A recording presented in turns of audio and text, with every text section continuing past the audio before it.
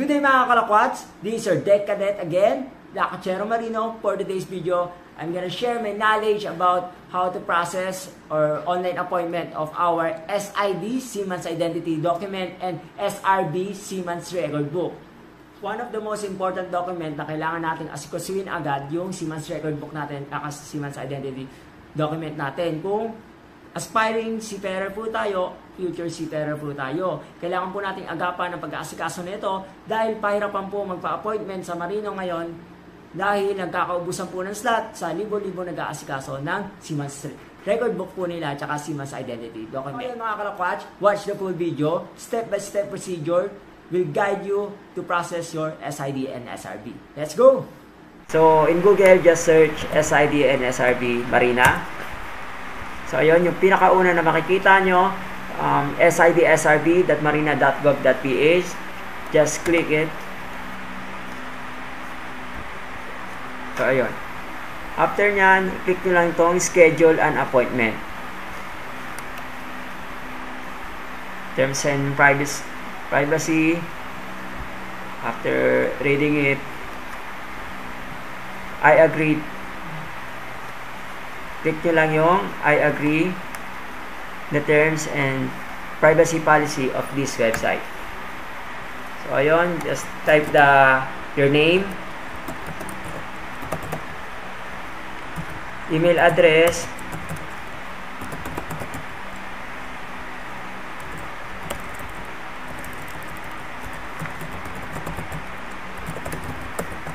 type nyo lang yan, then your birthday.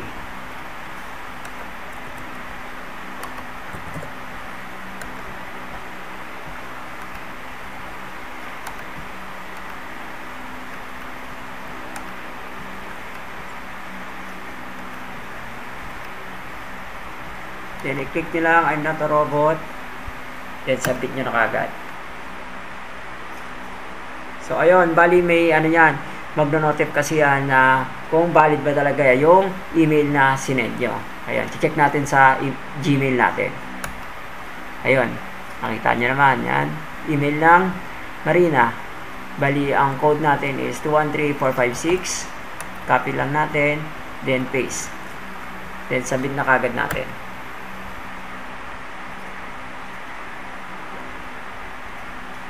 After noon, maghahanap tayo kung saan nga ba may available na slot. Sa Marina Office, walang available na slot. Makikita nyo naman yan na not available siya kasi ubos pa. Sa Central Office, check natin. Wala rin. No slot available. Halimbawa, taga Manila ka, siyempre, yung mga isi-select mo dyan, yan, yung mga malalapit na. Central Office, SM Manila, PITX. Pero as of now, tuturo lang muna natin kung paano yung whole process ng appointment. So, select nyo lang po yung available na, ganito po kasi mangyayari yan, isi-select lang natin yung available slot. Tulad nito, available slot niya is 26. Kung halimbawa busy kayo niyan, basta lahat ng green available po yan. Select nyo lang 29, then 8 AM to 8:30. Select nyo lang po yan. Then next. Select category. So sa category kasi, ang paliwanag sa amin ng Marina dito, kung katulad ko, kadete ka pa lang, yung isi-select mo daw dapat dyan ay overseas.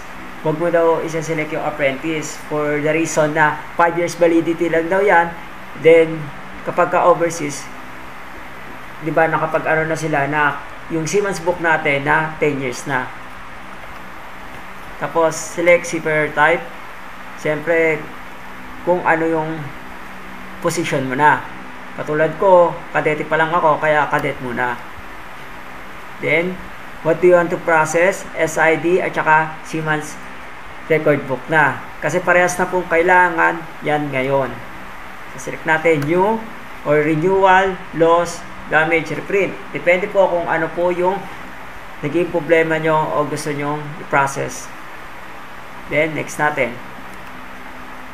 After nyan, Yan nyo lang yung height nyo. Type nyo lang 68, 8, 7, male. Hair color. Yan, select lang po natin yan. Tapos, yung nilagay ko kasi dito sa ano, distinguishing marks is moles on the face. Since marami kasi akong mga markings dito na color black sa face ko, mga maliliit lang naman, hindi halata. Kaya ayun yung nilagay ko sa SID ko.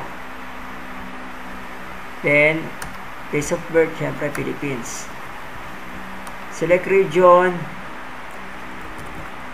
Calabarzon, region 4A, Calabarzon. As province, yan, select lang po natin yan.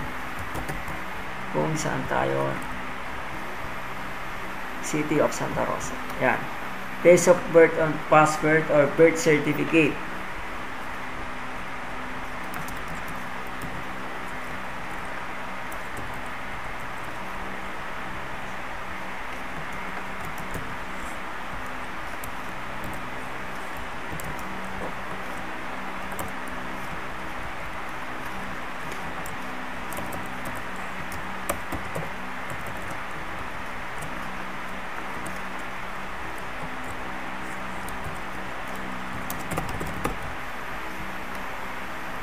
Tapos yung contact number, lagay lang po natin dyan.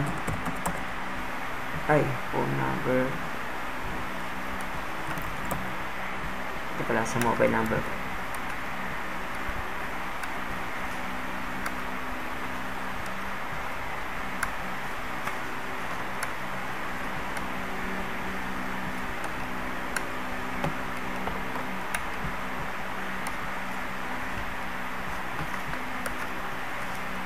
Region,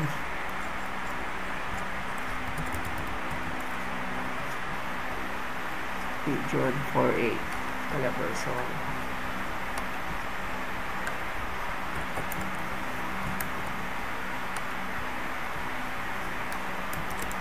Yan po, black.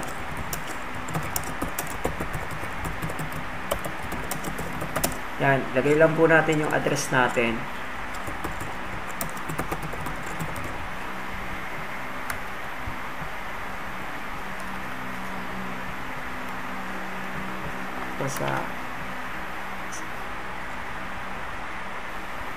As of now, katulad ko, CCI completer pa lang po kasi tayo, college level, then University of Perpetual.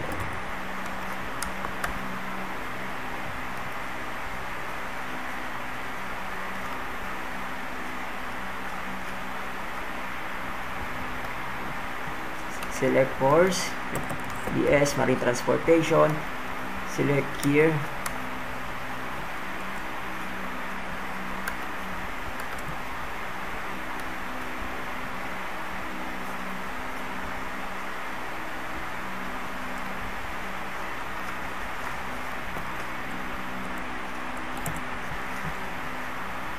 College level pa as of now kasi hindi pa tayo tapos at wala pa tayong BS.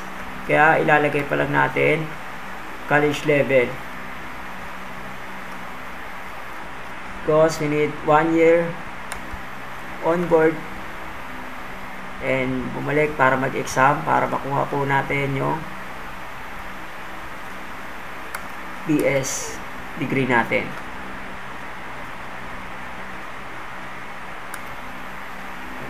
Wala po pala yan. Since ano pa lang tayo, kadete pa lang tayo.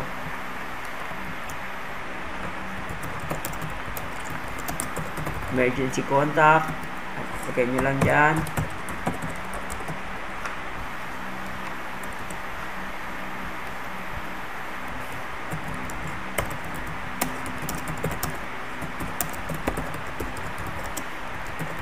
Yan. Tapos after, kapag na-fill up nyo na lahat yan, next yun na po. Pagka wala na applicant info, yan, pupunta na tayo submitting your supporting documents, pwede nyo na naman i-skip tong part na to kasi that time kinumpleto ko lang lahat ng documents ko. Wala pa akong NBI noon kasi 2 weeks pa bago ma-release yung NBI ko, kaya nag-skip muna ako sa part na to. Kasi pagdating mo naman sa Marina, i-check naman lahat nila ng kailangan na documents. Tapos yan, sa choose your method of payment, pwedeng cash, e-money, pero I suggest na mag-e-money na lang kayo using by GCash. Mas convenient way yon. Then select nyo lang. After nun, click nyo lang yung GCash. Then may step-by-step process na naman yan. I-generate nyo lang yung reference number. Yan, sundan nyo lang yung process na yan para hindi na kayo malito. Yan. Pagka nasundan nyo na yan, ayun o. May clicking yan sa baba, generate reference number. Dire-diretso na yan. Tapos yung babayaran nyo ngayon ay 650 lang. So, ayun, I hope nakatulong yung video regard sa pagpapa-appointment ng SID and SRB. So, ayun mga kabaros, I hope nakatulong yung video ko for your future transaction of your SID and SRB. Don't forget to support my YouTube channel by following and subscribing it. Fair winds and following seas.